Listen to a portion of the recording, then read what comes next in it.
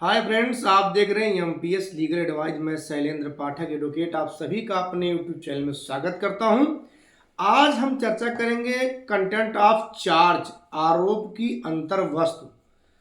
प्रायः हम सभी जानते हैं कि जब कोई किसी मामले में मुकदमा पंजीकृत होता है तब ऐसे मामलों का इन्वेस्टिगेशन विवेचना होने के उपरांत आरोप पत्र न्यायालय में दाखिल होते हैं, जिसकी व्यवस्थाएं, आरोप की अंतर वस्तुओं की व्यवस्थाएं क्या हैं, कानून में किस सेक्शन में ये अंतर्भुक्त किए गए हैं।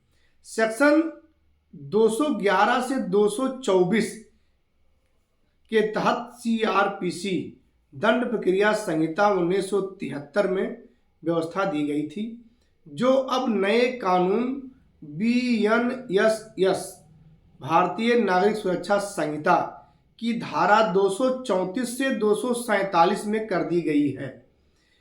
अब हम चर्चा करेंगे कि सेक्शन 234 क्या है। कंटेंट ऑफ चार्ज, आरोप की अंतर्वस्तु। इस संहिता के अधीन प्रत्येक आरोप में उस अपराध का कथन होगा जिसका अभियुक्त पर आरोप। इसके सब क्लाज 1 का 7 में वर्णन दिया गया है। सब क्लाज 6 में है, आरोप न्यायालय की भाषा में लिखा जाएगा। The charge shall be written in the language of the court. अब सेक्शन 212 जो सीआरपीसी में था, अब नए कानून बीएनएसएस में सेक्शन 235 कर दिया गया है। 235 एक आती है, particular as to time, place and person. समय, स्थान और व्यक्तियों के बारे में विशिष्टियां। सेक्शन 213 सीआरपीसी में जो था, अब वह नए कानून में सेक्शन 236 कर दिया गया है, जिसमें यह है when manner of committing offence stated, कब अपराध किए जाने की रीत का कथन की जानी चाहिए। सेक्शन 214 दंड प्रक्रिया संहिता, जो अब नए कानून में सेक्शन 237 कर दिया गया है, word in charge taken in sense of law under which offence is punishable.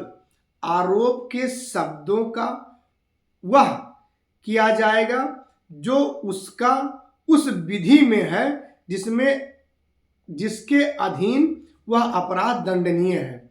Section 215 CrPC अब नए कानून में सेक्शन 238 इफेक्ट ऑफ एरर, गलतियों का प्रभाव कर दिया गया है। सेक्शन 216 सीआरपीसी जो प्रायः हम लोगों के प्रैक्टिस में अक्सर प्रयोग में आती थी, अब वह नए कानून बीएनएसएस के सेक्शन 239 कर दिया गया है। कोर्ट में अल्टर चार्ज, न्यायालय आरोप परिवर्तित कर सकती है। प्रायः हम सभी के प्रैक्टिस में तमाम समस्याएं ऐसी आती हैं। मेरे ही एक मुकदमे में सरकार बनाम रामजग, जो कलवारी थाने का मुकदमा था, जनपद बस्ती का, जिसमें आरोप पत्र न्यायालय में दाखिल हुआ। आरोप पत्र जो दाखिल हुआ वह 4 अभियुक्तों के विरुद्ध आरोप पत्र न्यायालय में दाखिल हुआ, किंतु क्लरिकल मिस्टेक से केवल 3 अभियुक्तों का नाम ऑर्डर शीट में संज्ञान लेते समय वर्णन किया गया और उन्हीं 3 मुलजिमानों के विरुद्ध माननीय न्यायालय द्वारा सम्मन भेजा गया, जमानती वारंट भेजा गया, गैर जमानती वारंट भेजा गया और वही 3 मुलजिम न्यायालय में अपीयर होकर के अपनी जमानत कराए। और जब वो तीनों मुलजिम एक साथ मुकदमे में चार्ज फ्रेम करने के लिए निवेदन किए, तो माननीय न्यायालय के द्वारा स्वयं उस आरोप पत्र को देखने पर पाया कि इसमें आरोप पत्र 4 लोगों के विरुद्ध दाखिल किए गए हैं, जिसमें एक मुलजिम राजू नाम का था, जिसके नाम से संज्ञान नहीं हुआ था। संज्ञान तो सर लिया गया, किंतु जिसके नाम से न्यायालय द्वारा सम्मन नहीं भेजा गया था, अन्य प्रक्रिया नहीं की गई थी, जिसके संबंध में प्रोसिक्यूशन ऑफिसर से न्यायालय स्वयं प्रार्थना पत्र नए कानून 239 बीएनएस में लेकर के और स्वतः कोर्ट द्वारा नया आरोप को परिवर्तित कर दिया गया और पुनः उस बचे हुए मुलजिमान जिसके विरुद्ध आरोप पत्र न्यायालय में दाखिल किया गया था उनके विरुद्ध सम्मन भेजा गया और सम्मन जाने के उपरांत सारे मुलजिमानों का एक साथ बयान चार्ज बनाया गया।